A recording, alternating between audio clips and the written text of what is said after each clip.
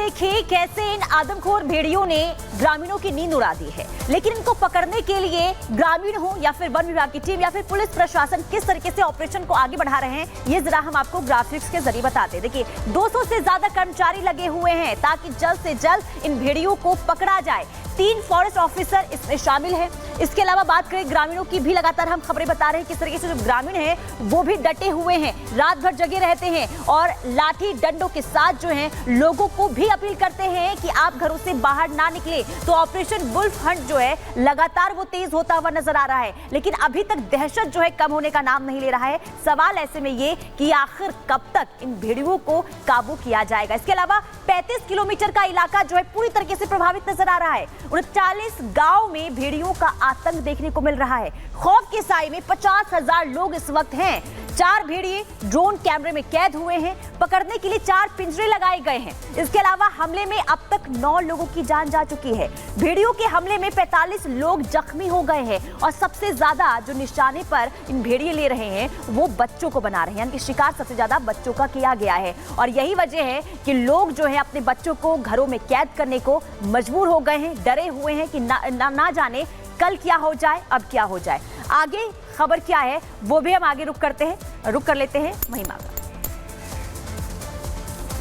बिल्कुल आपको पुनीता जानकारी दे रही थी, लेकिन सबसे बड़ी बात, आदमखोर भेड़ियों ने अपना पहला शिकार मार्च के महीने में किया था। उसके बाद कई दिनों के अंतराल पर हम तस्वीरें सामने आई, खबर सामने आई कि शिकार बनाते रहे और उसके बाद सरकारी मशीनरी की जब तक नींद खुली तब तक 9 लोगों को इन भेड़ियों ने अपना शिकार बना दिया था। लेकिन अब प्रशासन, वन विभाग की तरफ से कैसे इन भेड़ियों को दबोचने की तैयारी की जा रही है, आपको रिपोर्ट के जरिए बताते हैं।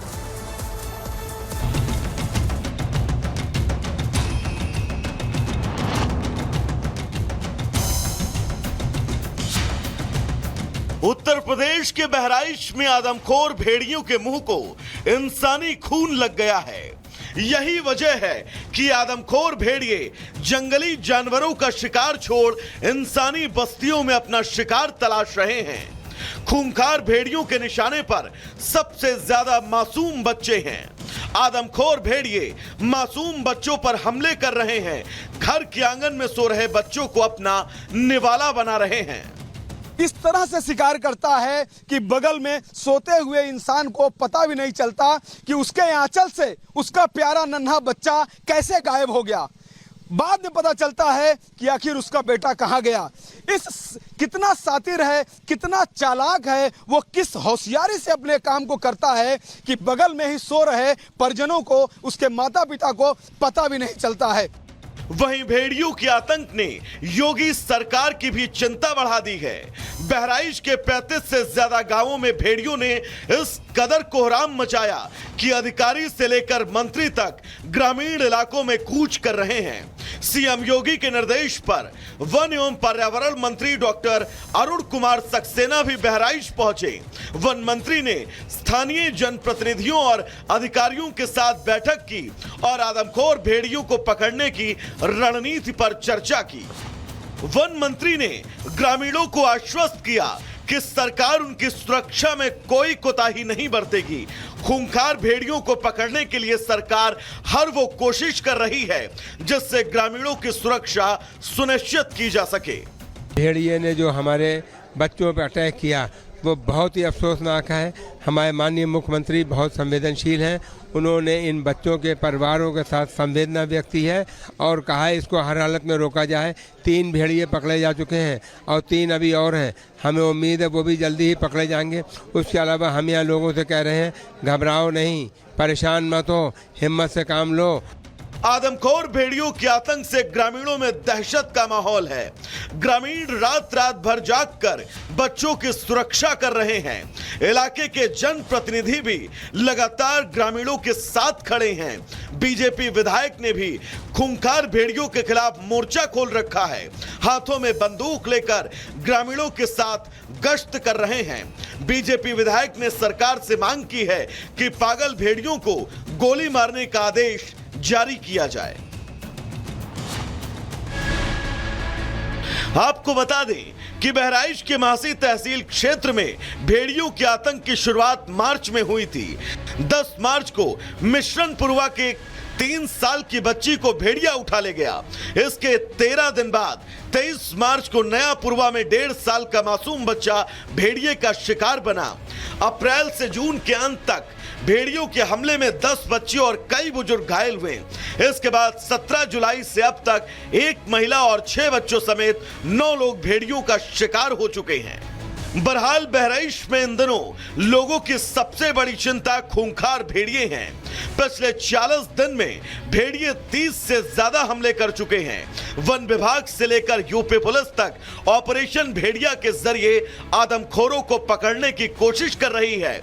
वन विभाग को अब तक 3 भेड़ियों को पकड़ने में कामयाबी भी मिली है, लेकिन अभी और कितने आदमखोर खेत और खलियान और इंसानी बस्तियों से सटे जंगलों में छिपे हैं, इसका अंदाजा लगाना मुश्किल है। लेकिन माना जा रहा है कि सरकार ने खूंखार भेड़ियों को पकड़ने के लिए जो इंतजाम किए हैं, उससे जल्द ही लोगों को आदमखोरों से मुक्ति मिल सकती है। Bureau report, Republic Bharat. Report के जरिए आपने देखा भेड़िए के हमले में अब तक 9 लोगों की मौत हो चुकी है, लेकिन इस पूरे मामले को लेकर उत्तर प्रदेश के मुख्यमंत्री योगी आदित्यनाथ अलर्ट मोड पर है और योगी की नजर भी बहराइच पर है। देखिए, बहराइच में भेड़ियों का आतंक लगातार जारी है। आपने रिपोर्ट के जरिए कुछ तस्वीरें भी देख ली और अब तक 9 लोगों की जान जा चुकी है। 50 के करीब लोग जो है वो घायल भी हो चुके हैं। सीएम योगी आदित्यनाथ घटना को लेकर काफी ज्यादा गंभीर इस वक्त है। योगी के आदेश पर वन मंत्री बहराइच में पहुंचे। आपने देखा उनकी तरफ से क्या कुछ कहा गया। वन मंत्री ने पीड़ित परिवार वालों से मुलाकात भी यहाँ पर की, उनको ढांढस बताया कि आप फिक्र मत कीजिए, सब ठीक हो जाएगा। सीएम योगी आदित्यनाथ ने प्रोग्रेस रिपोर्ट तलब की और 2 ड्रोन, इसके अलावा थर्मो सेंसर से भी भेड़िए की तलाश इस वक्त लगातार की जा रही है। यानी कि आप देख सकते हैं कि तकनीक का सहारा भी लिया जा रहा है, लेकिन अभी तक वन विभाग को सफलता नहीं मिल पाई है। भेड़िए को दबोचने की कोशिश लगातार की जा रही है, लेकिन इस पूरे मामले को लेकर आप बखूबी जानते हैं कि अब उत्तर प्रदेश के मुख्यमंत्री योगी आदित्यनाथ की बहराइच पर नजर है। 16 टीमों के साथ 12 अधिकारी कैंप इस वक्त कर रहे हैं। भेड़ियों को इंजेक्शन से बेहोश करने की अनुमति भी यहां पर दी गई। मृतकों के परिवार वालों के मुआवजे का ऐलान भी किया गया और यह भी आपको बता दें कि हर पीड़ित परिवार को 5 लाख की मदद भी दी जाएगी, ये भी ऐलान किया गया। प्रभावित जो गांव है 20 लाख की अतिरिक्त मदद का ऐलान सरकार प्रशासन की तरफ से दिया गया और उत्तर प्रदेश के मुख्यमंत्री लगातार जो पीड़ित है उनकी मदद के लिए प्रतिबद्ध है। चलिए आगे बढ़ेंगे और बात करेंगे नोट जिहाद की, क्योंकि देखिए लगातार हिंदुस्तान की तरक्की से कुछ नफरती गैंग जो हैं वो नाखुश नजर आते हैं और यही वजह है कि देश को लगातार कमजोर करने की कोशिश कर रहे हैं। हम ऐसा इसलिए कह रहे हैं क्योंकि ऐसा ही मामला प्रयागराज से सामने आया है, जहां पर एक मदरसे के अंदर एक मौलाना नकली नोट की फैक्ट्री चला रहा था ताकि देश को खोखला किया जा सके। हालांकि कैसे इस मौलाना का पर्दाफाश हुआ है, कैसे नोट जिहाद का खेल सबके सामने आया है, रिपोर्ट के जरिए आपको दिखाते हैं।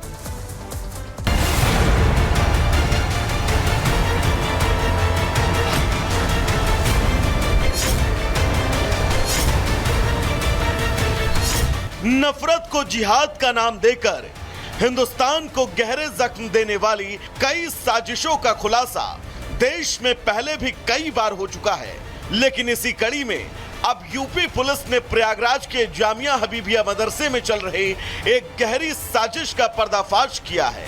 जानकारी के मुताबिक जामिया हबीबिया मदरसे का मौलवी मोहम्मद तफसीरूर भारत में नोट जिहाद चला रहा था। वो मदरसे में नकली नोट छाप रहा था।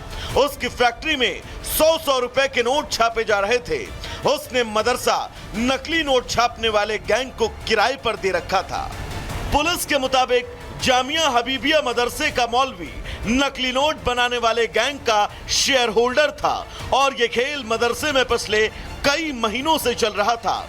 हालांकि यूपी पुलिस ने नकली नोटों की फैक्ट्री चलाने वाले मौलवी और उसके गैंग के 4 लोगों को गिरफ्तार कर लिया है, लेकिन नकली नोटों का ये गैंग अब तक कितने का नोट बाजार में खपा चुका है, इसका जवाब मिलना बाकी है। इनके द्वारा जो नकली नोट 100 डिनोमिनेशन का था, इंडियन करेंसी नोट, उसको प्रिंट करके तैयार किया जा रहा था। उसमें इनके कब्जे से जो बरामद हुआ है उसमें 1300 रुपीज के जो नोट्स हैं डिनोमिनेशन के, वो बरामद हुए हैं, जिनकी कीमत 1,30,000 है। उसके अलावा 234 पेज जो है वो प्रिंट किए हुए बरामद हुए हैं। पुलिस ने इस मामले में फिलहाल छापेमारी करके 100 रुपए के 1,30,000 रुपए की नकली करेंसी बरामद कर ली है। इसके अलावा पुलिस ने मदरसे से नकली नोट छापने की मशीन और उसमें इस्तेमाल होने वाली सामग्री भी बरामद कर ली है। पुलिस का दावा है कि मदरसे में चल रहे नकली नोट के इस कारखाने का मास्टरमाइंड जाहिर खान उर्फ अब्दुल जाहिर है, जो ओडिशा का रहने वाला है। इसके प्रिंसिपल है मोहम्मद तफसीरुल और ये मेन जो इनका मास्टरमाइंड है जाहिर खान। ये दोनों उड़ीसा के ही रहने वाले हैं, भद्रक के, और ये इस मदरसे में पिछले 5-6 साल से ही रह रहे हैं।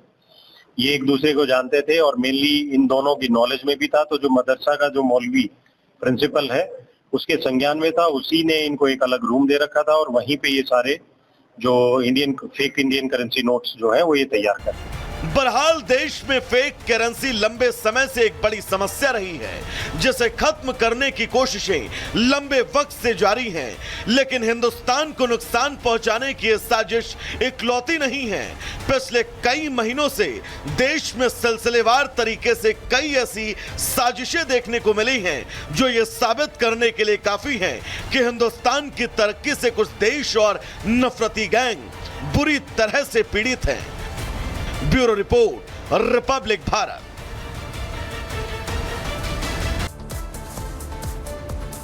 तो रिपोर्ट आपने देखी किस तरीके से ये